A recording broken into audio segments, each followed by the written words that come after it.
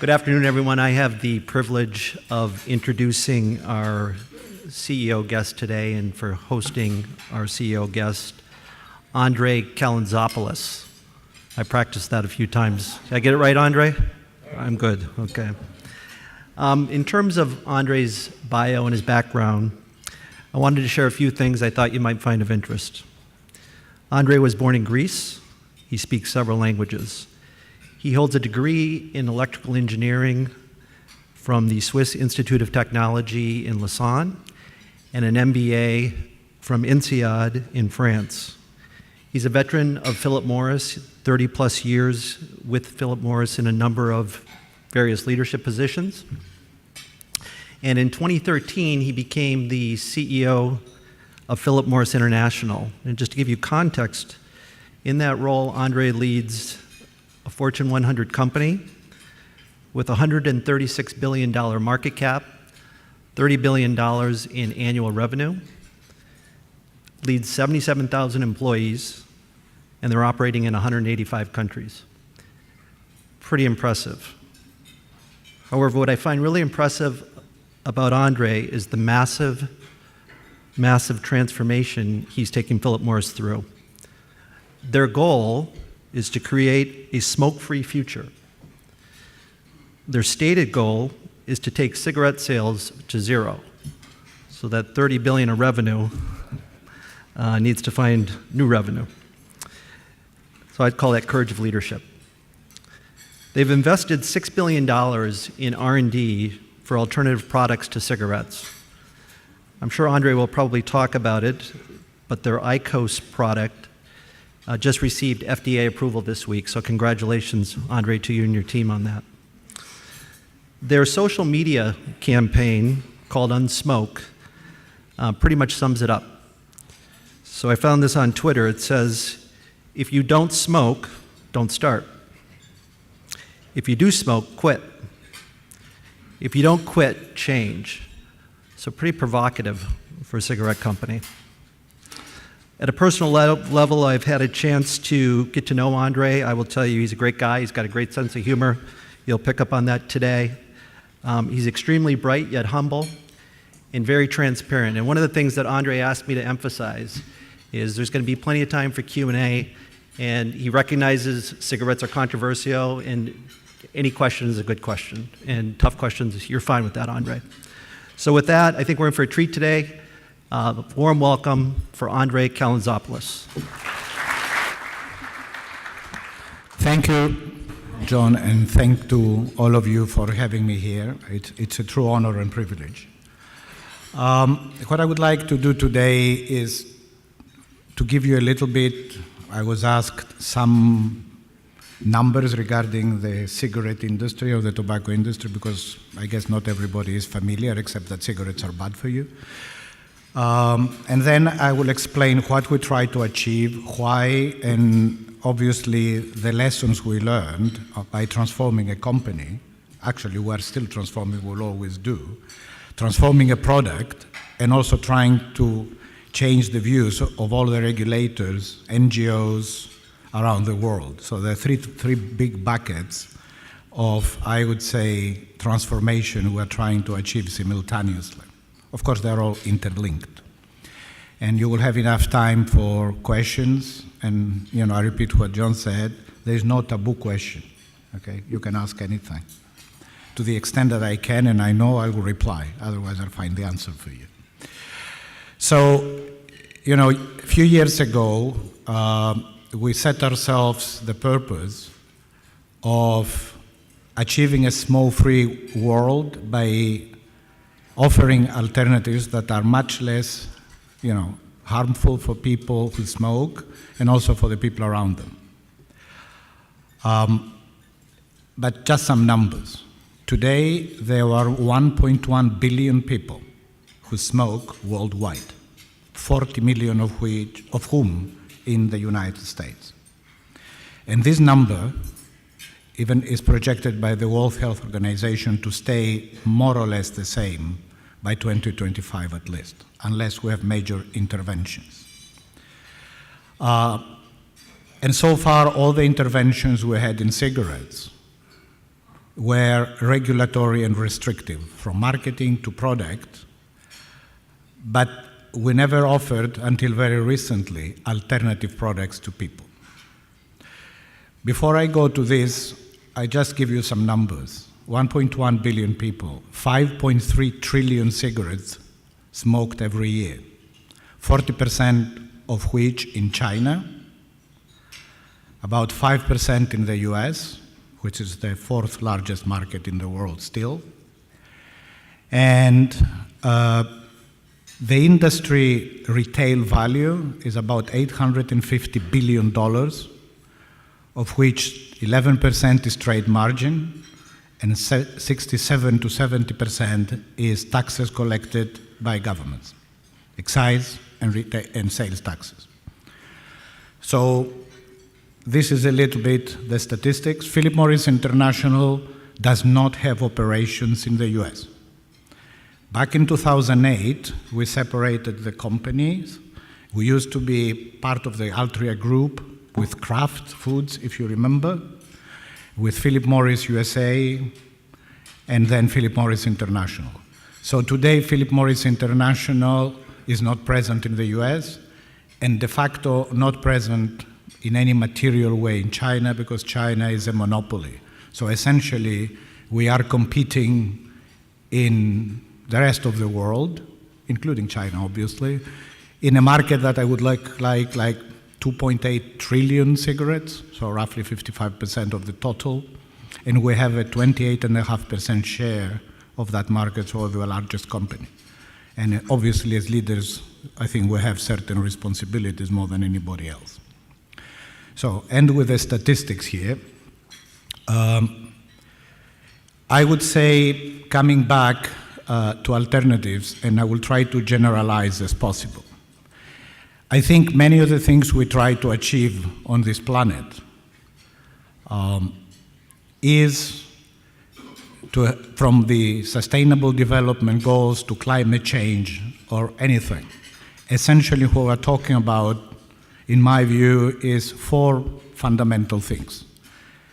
Explain to people what the problem is, which requires some form of scientific and political consensus on the definition of the problem. The second is offer them alternatives if they cannot completely abandon the habit. Offer them incentives that can be supply or demand side incentives without being very technical, fiscal, regulatory, whatever. And the last is hope for the best, because it's not so easy to change human behavior. Before I go into cigarettes, just to remind you, we talk about climate change. Well, we always, in understanding the problem, we use shortcuts. We say fossil fuels are bad. Oil is bad. Oil is not bad. Fossil fuels are not bad. It's the fact that we burn them to create energy that makes them bad. If we didn't burn them to derive energy, they would not do anything, because they were laying beautifully under the soils and the oceans until we discovered them for many, many million years. So it's combustion that is the problem, and it's combustion that is the problem in tobacco. Nicotine is addictive, but is the least of the problems in causing disease and premature death. Is the fact that where you take this rod and you light it up, the part that you see being red is the part that decomposes organic matter completely into carbon, oxygen, and hydrogen. Unfortunately, smokers inhale their carbon, but that doesn't create any other problem.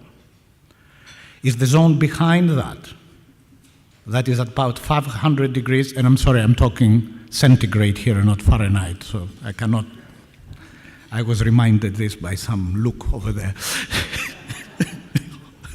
So, at this kind of temperatures, organic matter changes and recomposes. For example, sugars can become formaldehydes or benzopyrene. And these things are carcinogenic, but they're also smelling and tasting nicely. When you do caramel at home with sugar, that's exactly what you smell: polycyclic carbohydrates. So the answer to the problem of cigarettes for the people who don't want, or they cannot, or whatever, they don't quit, is to offer products that do not combust, that heat tobacco at low temperatures, or have a liquid, like an e-vapor product with propylene glycol and glycerin inside, to which you add nicotine and some flavoring, to pure aerosols that don't even hit. But that's the solution, and we've been working on this for many, many years before.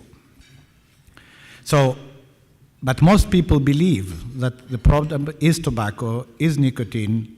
I'm not saying they are innocuous, but the real problem is combustion.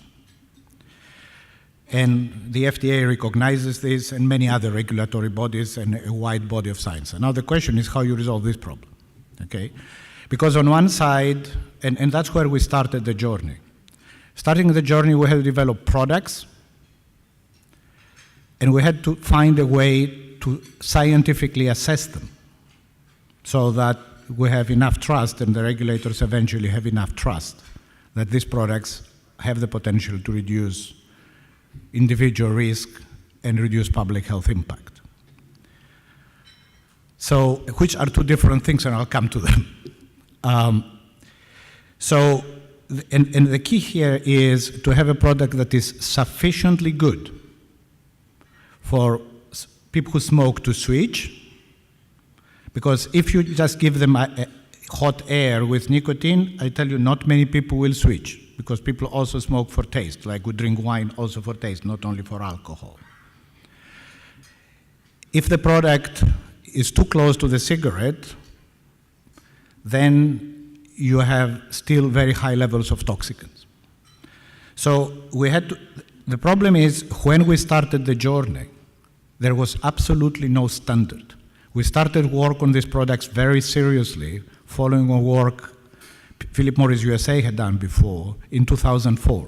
The FDA guidelines and rules came in 2008. So it was a shot in the dark, how you do it. And actually we decided that the only known pathway to regulators at that point in time was the pharma route, with preclinical and clinical trials and post-market surveillance. But there is a big difference, and many of you that are from the pharmaceutical industry understand. Mostly in pharma, you have a new molecule and you have to test for efficacy and side effects. Here you have a known product that causes disease and premature death, that is, if I use the technical term, abusive per se, because it is addictive, and you have to go to a product that is vastly better. So what is vastly better? 50% reduction in toxicity, 60, 80, 90, nobody had ever defined that. And how you do this assessment? So what we decided is to use as a gold standard cessation. It is not only us, the Institute of Medicine and many others have defined that the closest you are to the effects observed when people stop completely smoking, because we have epidemiology and clinical observations on this, that's where the closer you are, you're more confident you can be that you're on the right path. And we set up a completely new life sciences organization to do this with everybody coming from pharma. We used the classic aerosol analytics, in vitro, in vivo, human clinical trials, when we had the confidence that all the rest was okay. And at the same time, we use systems biology, understanding, mechanistic understanding on DNA impacts, proteomics, and all these things that are pretty advanced sciences, in order to also see whether we find what we find in the clinic at molecular level. So that was the first setup, and believe me, that was much more difficult to do, and obviously more expensive for the people that are from this industry that develop the products themselves. And we knew very well, because of the past, that our credibility starts at zero, so the science should be as bulletproof as possible. Because, there is a lot of controversy about tobacco science from the past, And, as I say many times, I can't change the past, but this time, we don't have a second chance. So we have to get it right. And I think that's what we did. Took more time, but finally we developed a portfolio of products that range from what I said, a heated tobacco product, which received the FDA authorization 2 days ago for commercialization in the US. They're still evaluating the reduced risk communication on the product, but they need a bit more time. But at least they found it appropriate for public health as the statute requires. We have e-vapor products. You're more familiar with them, especially given the recent controversy in the US about e-vapor products and a particular brand. And we started commercializing these products once we felt we have the science with a very clear view that we will not communicate to people anything about the product unless we have 2 steps of verification ahead of us. So once we had the clinical, we communicate them that the aerosol is better than cigarettes.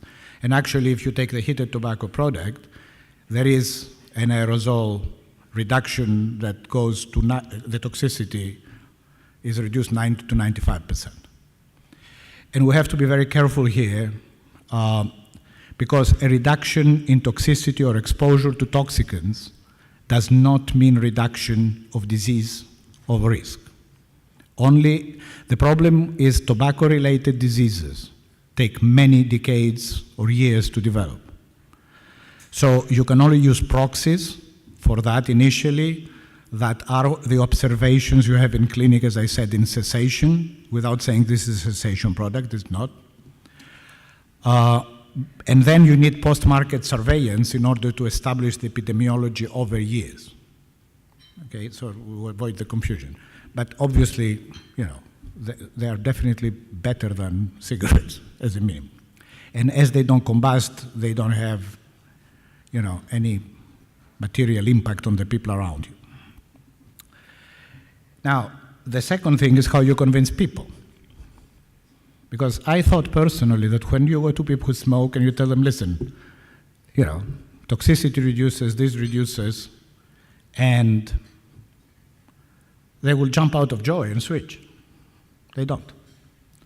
So we needed to absolutely change our approach. We come from products that are FMCG products, very transactional. People go to a retail place, buy the product, leave. Your interaction is at the point of sale, essentially. And with all the marketing restrictions around the world, essentially it's the retailer that talks to the consumer. In many countries, the manufacturers of cigarettes can't even talk to consumers. So we had to create a completely different way of working that now approaches what you know more from, I would say, somehow startups, with real-time work, a closer consumer journey with pain point improvement, and a lot of hand-holding with the consumers. Because they need 2 to 3 weeks of staying with the new product and making sure that you follow up with them so they don't fall back to cigarettes. We know that after 2 weeks, if people stick to the new product, they switch fully. And from the 47 markets we're present today, IQOS, from the people who buy the product, 70 to 75% switch completely to the product and quit cigarettes, which is very high success rate compared to e-vapor products, okay? But it requires a completely different way of organizing yourself and following up with the consumer. And it's not only the consumer, it also makes financial sense since we're all CEOs here, because the cost of acquiring and switching is very high, because it's direct contact, and sometimes in countries with high restrictions, where you cannot use mass media, you had to have field forces on the ground talking to people, which is not the most scalable model, believe me. Today, these products represent 14% of our revenues, or after 3 years essentially of being in a limited number of markets. But in addition to the 6 billion of investment you mentioned, they represent 60% of any marketing and commercial and sales cost we have. And in the markets we're present, 80 to 85. Which, when I'm asked if I'm committed to these products, I don't know what else I can do to commit. I mean, the whole organization is focused on these products. So now, I think we got the product portfolio right, and history will prove when I was right or not. There is competition, obviously, and I hope there will be more, because we're the first mover and we decided to disrupt our industry. But others will move, and I hope they will, because then we can accelerate the whole process. But this is not enough, because that brings me to the second bucket. So, our job is to explain to consumers what the problem is, and then offer alternatives. But governments have a role to play.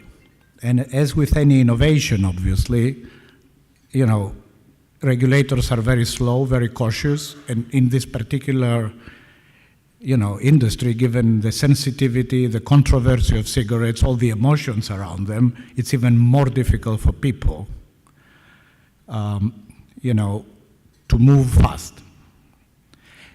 But somehow we have a lot of paralysis and polarization. And there is a lot of work to be done by governments on supply and demand side measures, allowing a certain degree of communication. And I was very pleased that the FDA set some very clear rules in their order on how you do the marketing of these products, how you make sure and report who uses the products to avoid unintended use, how you do all this post-market. Because, going back to my principle, let's assume for a second that these products reduce the individual risk of the people who switch by 80%. Public health has to make sure that not now much more people start with this product, much less people quit, and everybody that has quit relapses again and uses the product. So it's all the deltas that you have to monitor to see that you have a positive impact in public health. Now, obviously, doing the math, if you reduce the risk, and I'm not saying any of these products is proven to reduce, just use a numeric example, not to confuse anybody. By 80%, you need big deltas in the rest in order to compensate. But all this has to be monitored, and we are very, very sensitive to this. The good news for us is that now, as I said, we are in 47 markets. We have 10 million people that use IQOS, and as our monitoring shows, no red flag amongst sensitive audiences, including teenagers. Okay? But you have to monitor these things and adapt. And the difficulty you appreciate is this kind of, how can I speak to adults and I make sure that kids don't have access and don't see it and you don't entice them? And the answer is obviously age limits, and there is debate in the US for increasing the age limit, but most importantly, it's access control at retail and strict contracts with the retailers and potentially penalties, and governments can help here. And education at schools, as we were discussing before. We told kids at school, including my own kids, don't smoke. And then you see kids coming back and say, I'm not smoking, I'm vaping. So we have to change the education and try to say, don't use nicotine products where you are young. They can have an impact potentially on your brain, and in any case, it can get you into a habit you don't want to have. So we need to act on all these three items. And we have to admit that we can do this, and actually we have the proof it's feasible. It requires dialogue, but that should not become an excuse also that this product should not be available at all to anybody and have all the people who smoke today with no alternative. Because this debate still continues. We still have a number of NGOs that are against these products, And my question is, and then what? I mean, what if we give no alternative and we hope people will quit? Yes, maybe one day they will quit all, but there are still 1 billion people out there. So I think what we should be discussing is not whether alternatives should be made available. We don't have this debate about electric cars. We don't have this debate about solar panels. We don't. Now, solar panels are not exactly zero impact on the environment.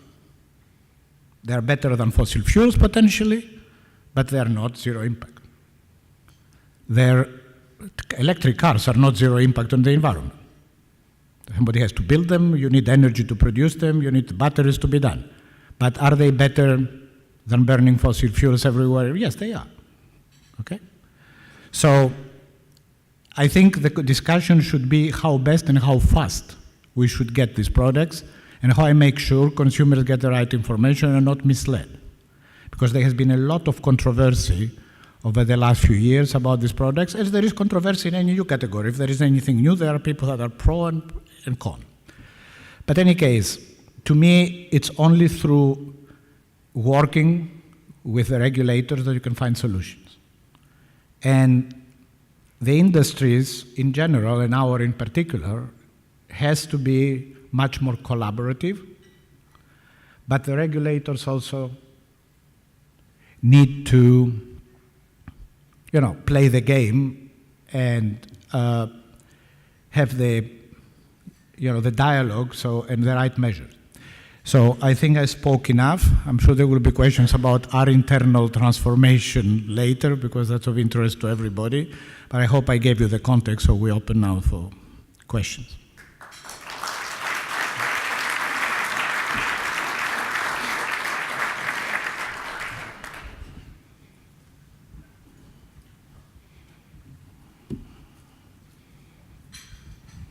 Thank you, André. I have a question I think that all of us in business face as technology disrupts our business. Was it how many thousands of people? 77,000. 77,000 people, and many of them grew up with the old business of tobacco. Mm-hmm. You're trying to transform it. How do you get people to embrace the new technology and help move you forward versus trying to protect the past? Yeah, that's a very good question. I mean, in particular, we all know in not fast-moving, fast-paced businesses, and ours was not much innovation so many years. First of all, you develop a lot of generalists because you rotate people. And you have a leadership style where, as naturally, the more you go up the ranks, the more experience you get, the more you know. So you have the tendency to tell people how to do things. And all of a sudden, we discovered ourselves. We have life sciences. Not many people in Philip Morris knew much about it. They're not subject matter experts. We have a lot of electronics, connectivity, consumer interfaces, user experience, reverse supply logistic chains, you name it. I mean, you come from the electronics industry, you know that very well. We had real-time communications in marketing, consumer journey rather than transactional.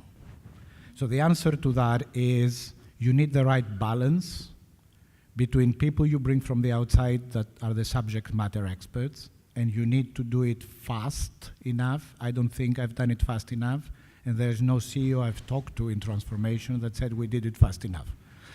Because we all have the emotional link to our people, and sometimes the hope that over time they will learn. And probably good people over time they will learn. But you cannot be a subject matter expert immediately, and time in today's world is a luxury we don't all have. I mean, what we could wait, as you very well know, for 5 years to happen, now it happens in 5 weeks or 5 months. So speed is very important. And then it's the management style. How many times I go home and I say, gee, I don't know how to do this. Gee, I don't know how to do this. I have no clue how to do this. Recognizing you don't know, despite I've spent 35 years in this industry, is very important. And then ask the right questions and have the right people to get things done. and organized differently. I mean, we were a very vertical, siloed organization. Not very siloed, because you didn't even need to do project work to develop a new product, because the whole story was well known. Many people had done it so many times. And now you have to put cross-functional people on almost everything you do. So our job is to bring the people in and integrate them, and start top-down, in my view. If you start in the middle, it doesn't work very well. And over time, people learn, but you need a sufficient number of people to learn. When it comes to manufacturing, probably this is the least of the problem when you talk to 77,000 people, because you can teach people to utilize new machines. Of course, they're much more strict. They're almost pharma norms you apply to avoid variability of the product, but people learn. When it comes to marketing functions, sales functions, real-time communications, real-time marketing, that's where people, if they don't know how to do it, they've not done it, you lose a lot of time. And that's my lesson. But it's a completely different company you go in, and a completely different operating speed. And I'm not saying we've done it. I don't think we will ever get it done, but I think we're becoming every day much better.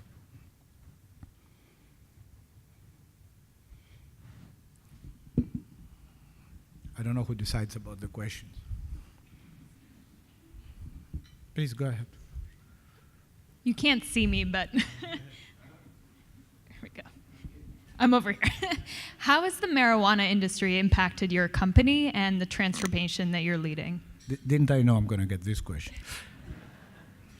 I know it's the flavor of the month.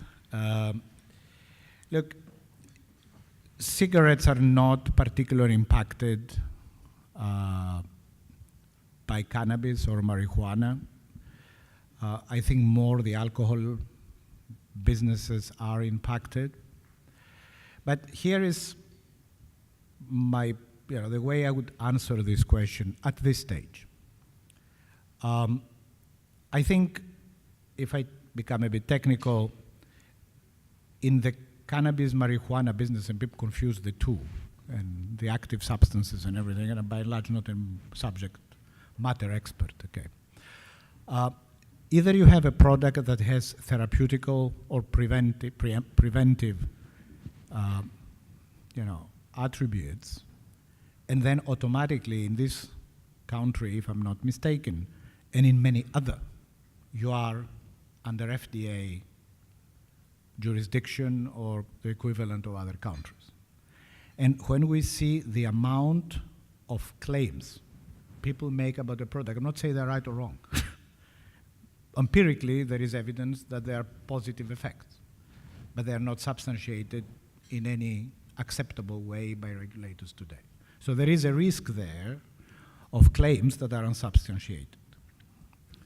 And when small businesses do this is one thing, when big businesses start getting into this is a different discussion, which automatically brings you to the pharma route, because then you need to decide whether the effects are verifiable in the clinic, what is the dose, what is the dosage, the percentage between CBD and THC and so on.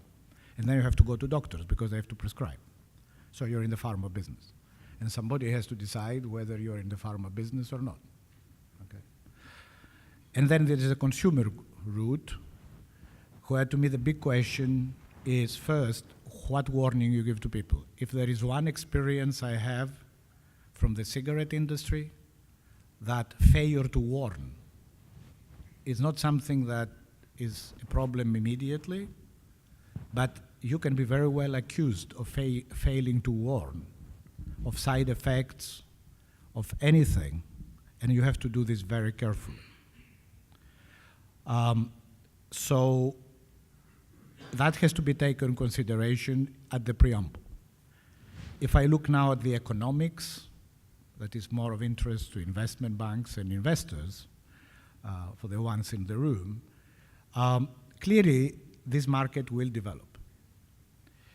There will be probably a lot of fragmentation in this market initially, because there is no product differentiation, there is no brand differentiation. Very much what happened in the e-vapor category and many others I can state.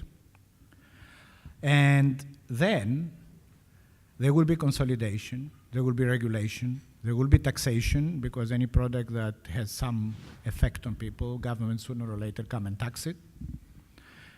And we're still having parallel channels open from the time the products were not legal. So I have to take all this into consideration. In my particular context, I have to take two other considerations. We have a very important task to accomplish by switching people out of cigarettes to these new products. And, you know, at this stage, I don't think it's very intelligent for us to even think of any disruption in whatever other business, because that's the task at hand. And also, we should not forget we're an international, multinational company. We're operating in countries where there is zero consensus about cannabis or anything of this nature. And that's how we looked at this. And, you know, of course, we're instructing ourselves, because we have life sciences, to understand how these products are, but there is no plan to enter this category today as far as PMI is concerned. But we'll see the potential of the categories. Clearly, if these products verify the promise they give, there will be a market for them. That's undeniable.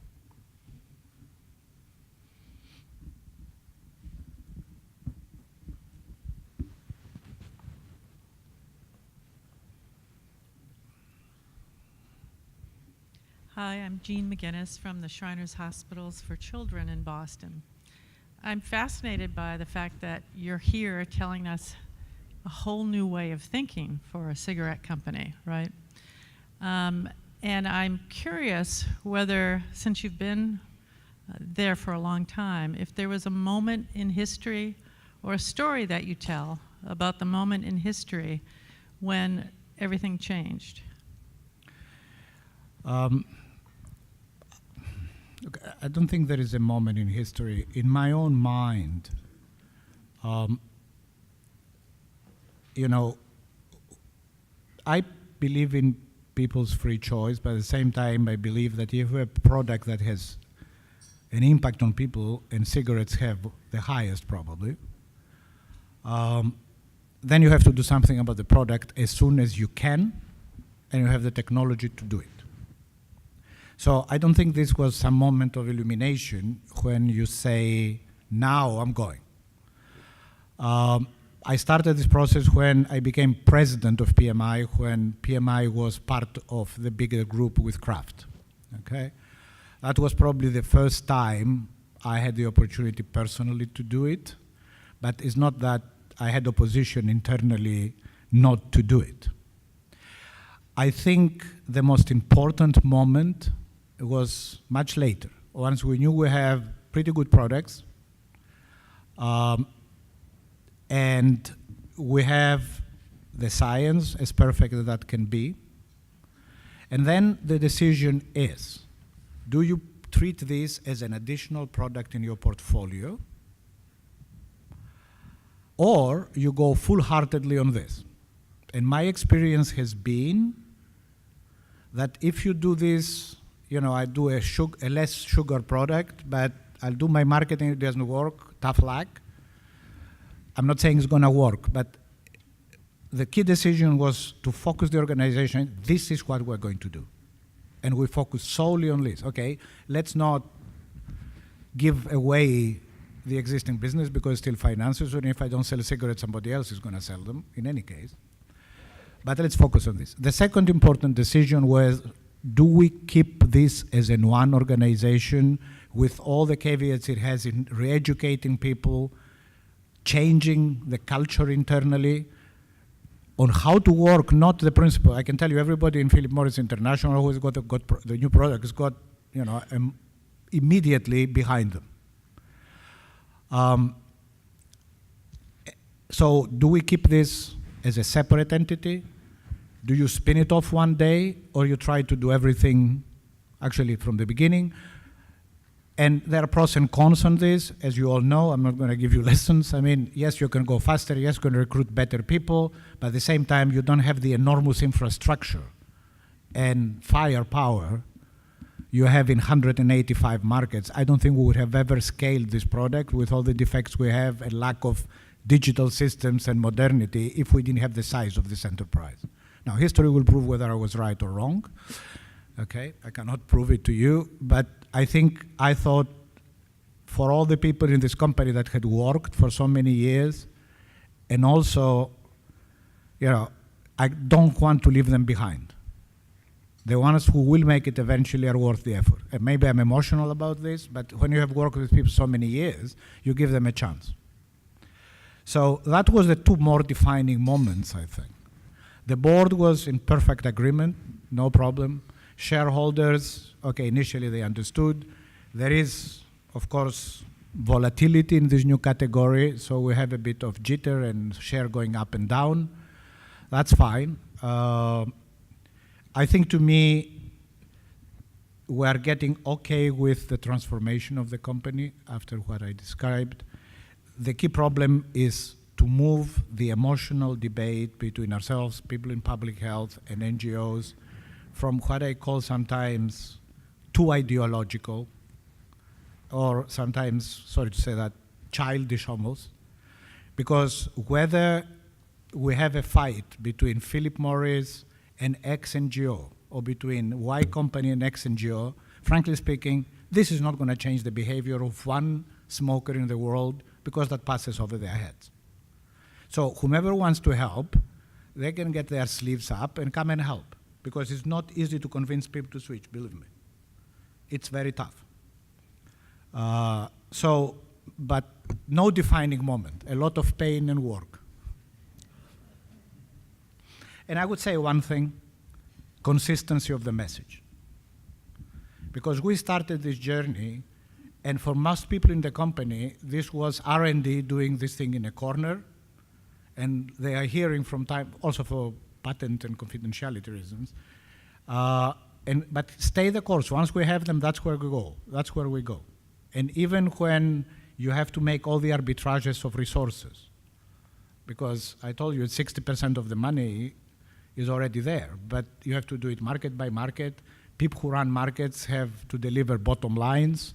They have to deal with both categories. So there's not easy moments all the time. But the consistency of the message is very important for the organization, and that's what I perceive my role. Yes, I'm an old-timer in this company, and newcomers know better certain technical things, but they don't know the history, and we should never lose the history, and all the controversy and everything. These mistakes should never be repeated, whatever the mistakes were, on both sides, on regulators, on us, on whatever.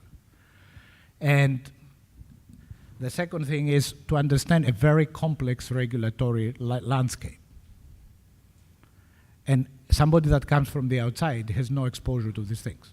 They come to this industry and they think, that you can do marketing like you do in normal products. So they need to learn. And that's a little bit my role as I perceive it.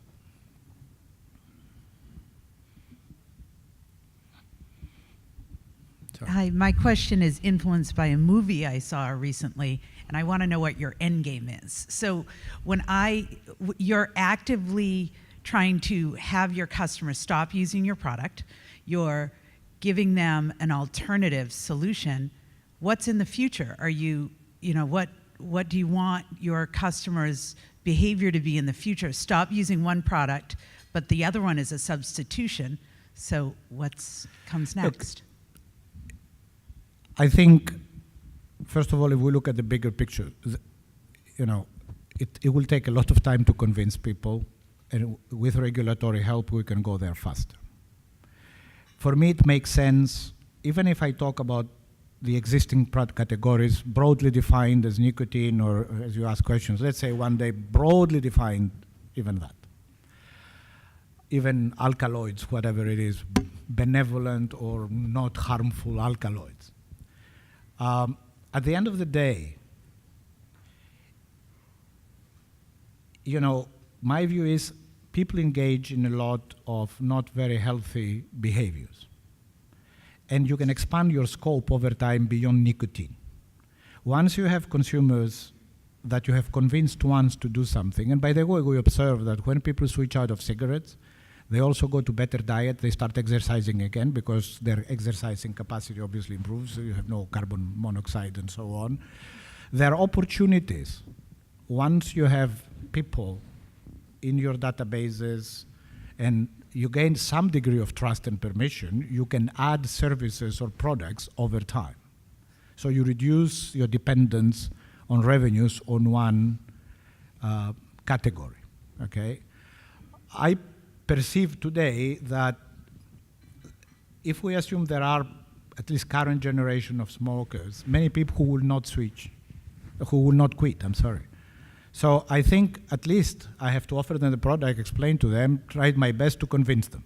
If they don't, at the end of the day, people have free will, whether we want to admit it or not. And that's what we're doing. Do I believe that in 10 years from now there will be no smokers in the world? Maybe 10 years, no, but we can get to a very large part of people having switched. But in 20 years, we can very well achieve this. And there are many countries that declare they want to be smoke-free by then, X year. Now, without very concrete measures, so this is an additional help to get them there. And in between, we can always diversify our business. But for the moment, as I said, we have 28% of the international market, 15% of the world market. I think I can get a lot of market share with these products and make shareholders happy without worrying what is going to be the after. But we should prepare the after as well.